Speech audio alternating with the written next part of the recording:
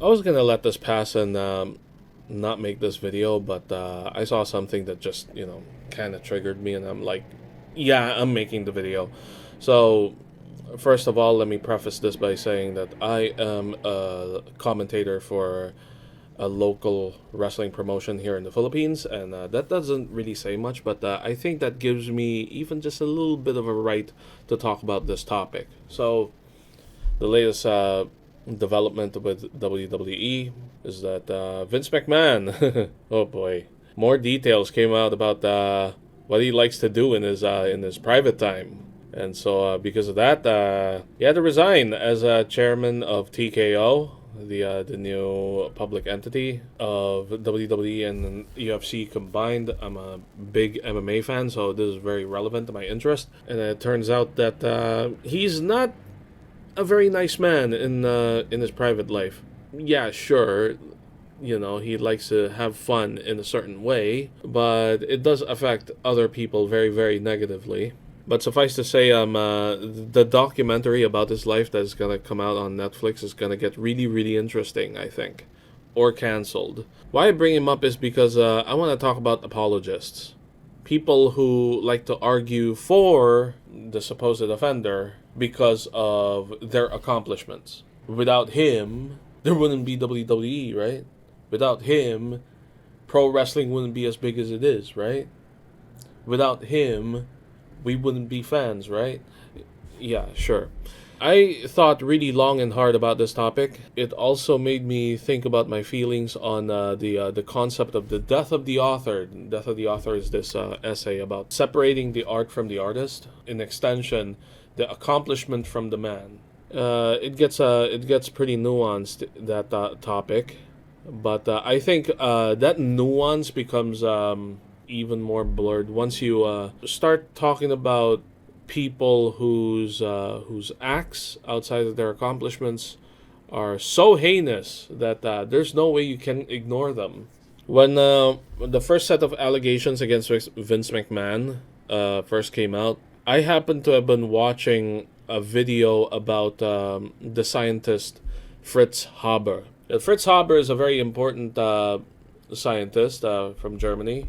He innovated what's called the Haber Process. It's a very important process in chemistry. Basically, lets us create artificial fertilizer. Fritz Haber is very much responsible for feeding the whole world. It's one of the most important scientific discoveries in the 20th century. And the reason why over 8 billion people are able to exist on this earth, a large part of that is because of the Haber process. Fritz Haber was also a Nazi collaborator. He was very nationalistic, and so he wanted to help the war effort of Nazi Germany. The Haber process also makes possible the creation of Zyklon B, if I remember correctly. He also created the gas that killed people in the gas chambers in concentration camps.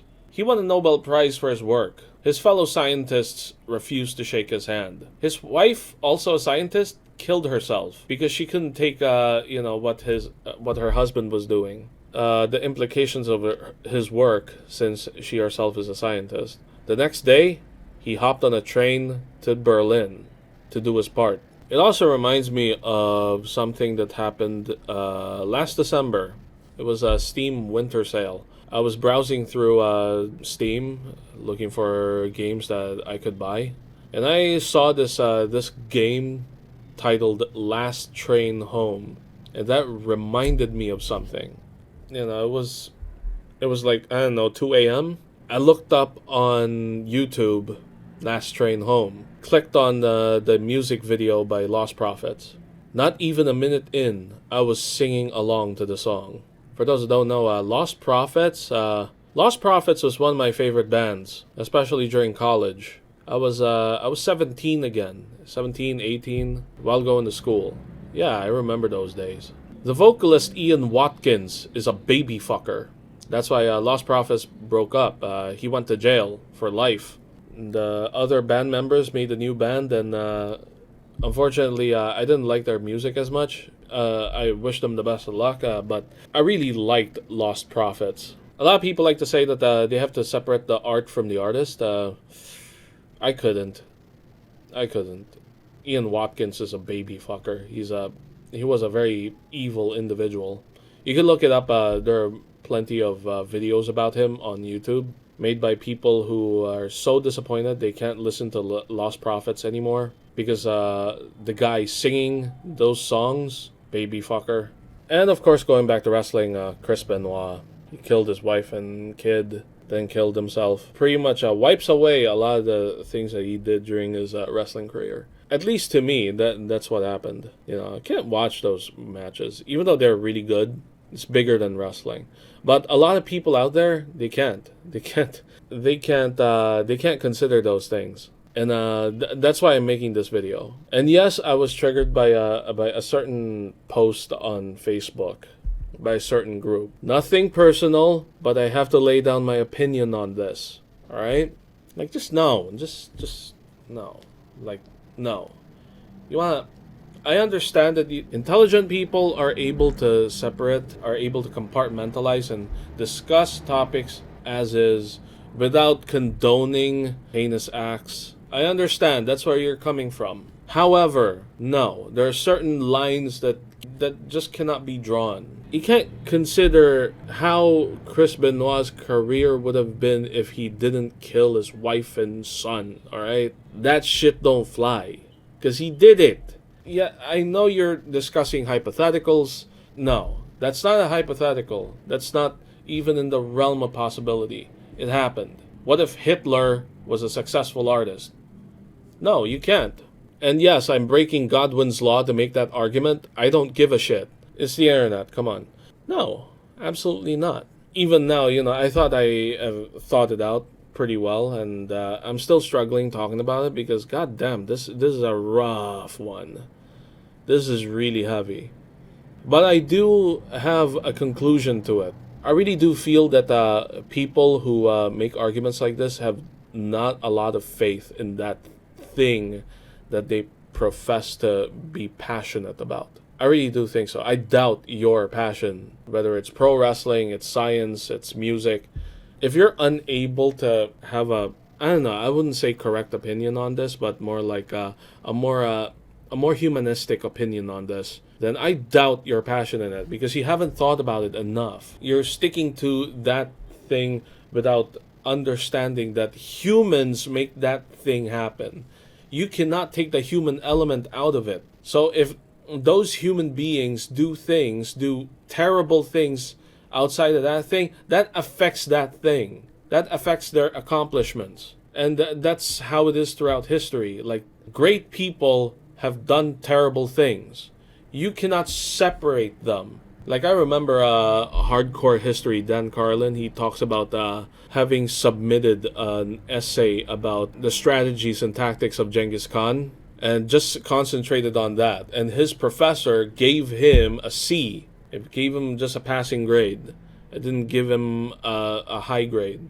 Why? It was a well-written essay. It goes into technical detail. So maybe he should have gotten at least a B. But no, he got a C for it. Later on, he realized, it was right that the professor gave him a C for it because you did not consider that Genghis Khan also killed millions of people. You're praising his military genius without considering that he was also a mass murderer. You cannot have one without the other.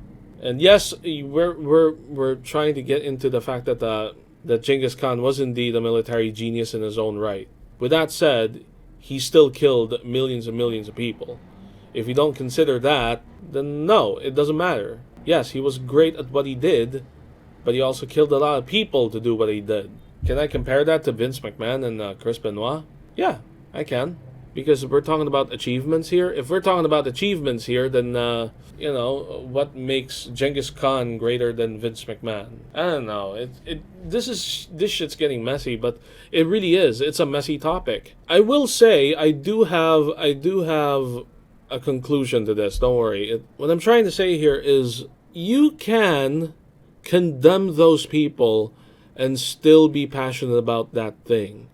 You can still like that thing, but subtract those people. They did contribute to that thing, but to just singularly praise them for what they've done and ignore whatever terrible things they did outside of it and say that, yeah, it would not have been the same without them. You don't have enough faith in that thing. Like, for instance, in pro wrestling. Would pro wrestling have existed if Vince McMahon never existed? I say yeah, because pro wrestling was more than just Vince McMahon. Yes, he was the most successful in pro wrestling, but pro wrestling existed outside of him. There were the territories. Maybe the territory system would still stand if it weren't for Vince McMahon. Maybe pro wrestling would have been smaller.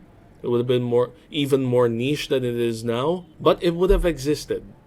It would have still been there. Pro wrestling is bigger than Vince McMahon. Pro wrestling is bigger than Chris Benoit. Science is bigger than Fritz Haber.